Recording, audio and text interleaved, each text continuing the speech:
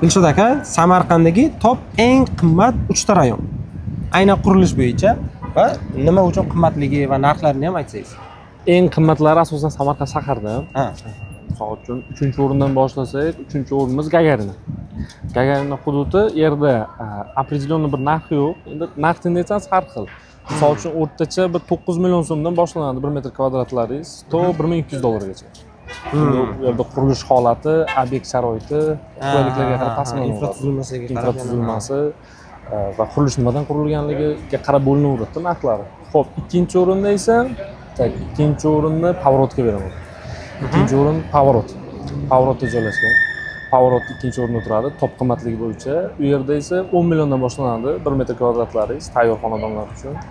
To 1,5 minggacha chiqadi. $1,5 chiqadi. Endi o'sha turar joy majmuangiz holati, sharoiti, berayotgan talab va takliflariga bog'liq.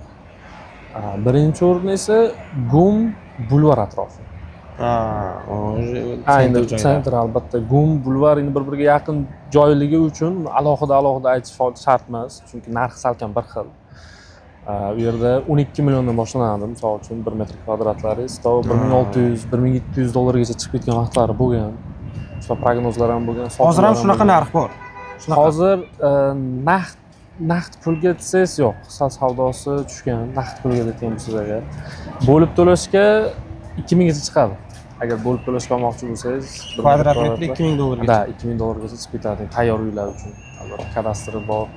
Chuqur bitkazilgan uylar uchun albatta. Bu endi narxi shaharga yaqinligi, shahar markaziga qarab belgilanadi. Eng qaymoq joyi desa ham bo'ladi-da.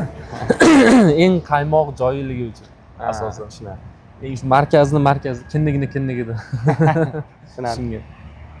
Ma'lumot sizga foydali bo'lgan bo'lsa, like va podpiska bosishni unutmang.